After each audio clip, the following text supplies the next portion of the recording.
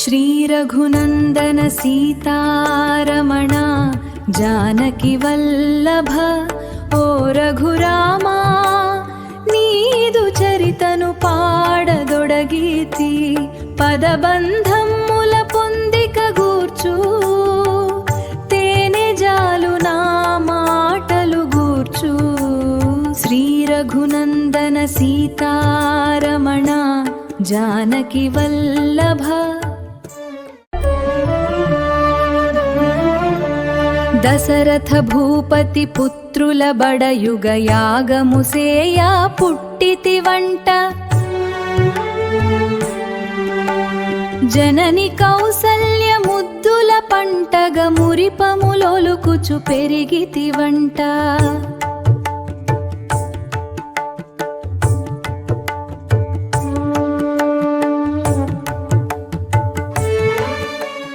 ఆడుచు పాడుచు తమ్ముల ముగ్గుర కూడి పెరుగుతూ ఆటల యందున గగన జాబిలిని పొందగ నీవు కోరితి వంట జనని కౌసల్య కుశల బుద్ధితో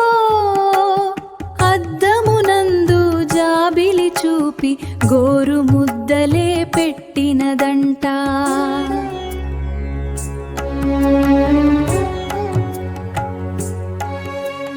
గురువు వశిష్ఠు చెంత నీవు లక్ష్మణ భరత శత్రుఘ్నులను విద్యల నేర్చి బుద్ధుల వడసి అయోధ్య జల మన్ననలంది ముద్దులోలుకుచు పెరిగితిరంట.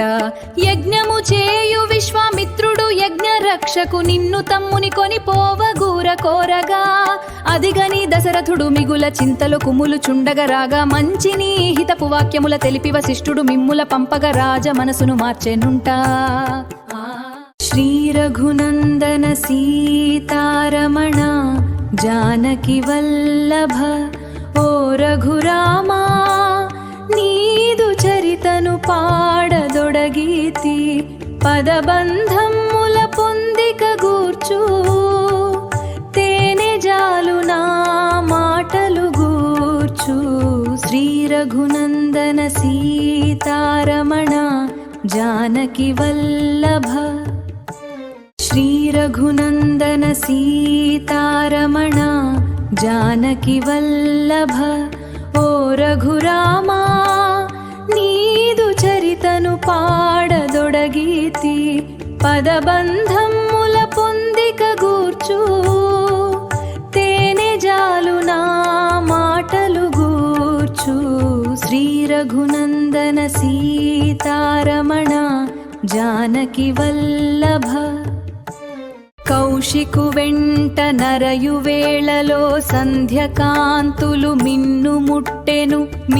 చేరగా సరయు తీరము అలసించకాచమించుడు నేవొసగెదు బల అతి బలలను విద్యలే రెండిటి జ్ఞాన మాతృక స్థానమైనవి ఆకలి దప్పిక చేరనీయనివి అనుచూ కౌశికు అనుగ్రహించెను. దర్భశయ్యపై నిదురను పొంది ఉషోదయమున శ్రావ్య గీతిక మహర్షి లేపగ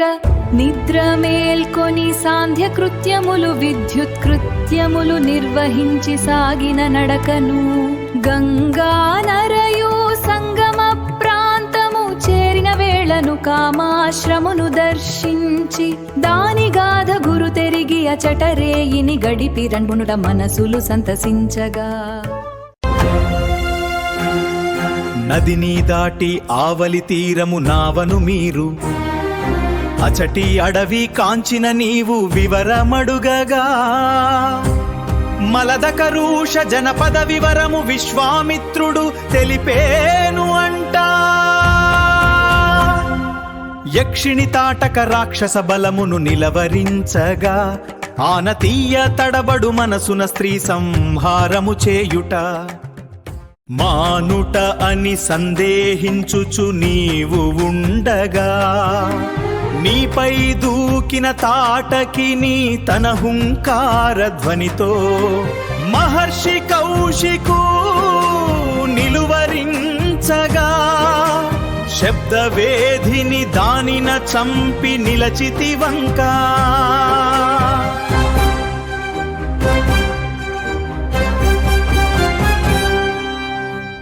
తను తలపెట్టిన యజ్ఞవాటిక ఇదియే ననుచు ఎరుకను పరచ యజ్ఞ దీక్షను గైకొను మనుచు నీవు తమ్ముడు ధనువులు భూని యాగ రక్షణ దీక్షను గైకొన 5 రాత్రులు గడిచిన ఎంతట నిర్మలమైన ఆకాశంలో ఏవో మోతల గర్జనలు చూచుచుండగా అసుర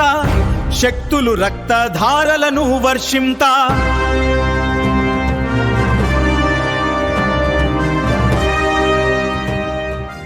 ఆగ్నేయాస్త్రము సంధించి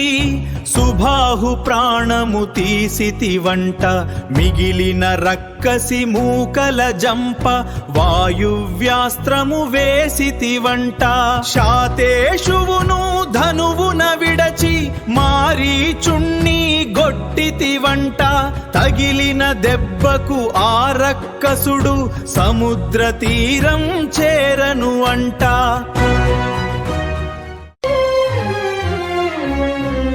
క్రతువునంతను పూర్తిగా సలిపి విశ్వామిత్రుడు మీతో కలిసి మిథిల వైపుకు సాగుచునుండా సాయం సంధ్యకు శోణభద్రను చేరితిరంట విశ్రమించిన వేళను అప్పుడు తనదు వంశపు చరిత్రను తెలిపి మహర్షి అలసట తీర్చెను అంట మరురోజదయపు వేకువనే విద్యుక్త కర్మల నిర్వర్తించి తిరిగి యానమును సలిపితిరంట మిథిలా నగరపు చేరువనే గౌతమాశ్రము దర్శించి నిర్జనమైన దాని కథను తెలియగనడుగా గౌతము భార్య అహల్య మీద పులోమజాన్వితు మోహము నొంది మహర్షి లేని సమయాన ఆతని రూపము వడసి తాను అహల్యగూడి గమియించగను ఎదురై వచ్చిన గౌతముడు అకృత్యమునకు ఆగ్రహించి నపుంసకునిగా ఇంద్రుని చేసి అహల్యనాతిని రాతిని చేసి రాఘవు పాదము సోకినంతనే నీదు రూపమును పొందుదువనుచు తపముకు తాను నరిగే కౌశికునీకు పరుల కన్నుల కానని ఎట్టి అహల్య రూపును చూపెను అంట నీదు దృష్టి సోకినంతనే పూర్వరూపము పొందిన ఆమెకు నీవు తమ్ముడు ప్రణమిల్లా ప్రకృతి సంబర వేడుకను పూలవాననే కురిసెను అంట అప్పుడే వచ్చిన గౌతముడు ఆమెను చేకు సపర్యలు చేసెను అంట కౌశికునీకు పరుల కన్నుల కానని ఎట్టి అహల్య రూపును చూపెను అంట నీదు దృష్టి సోకినంతనే పూర్వరూపము పొందిన ఆమెకు నీవు తమ్ముడు ప్రణమిల్లా ప్రకృతి సంబర వేడుకను పూలవాననే కురిసెను అంట అప్పుడే వచ్చిన గౌతముడు ఆమెను చేకొని సపర్యలు చేసెను అంట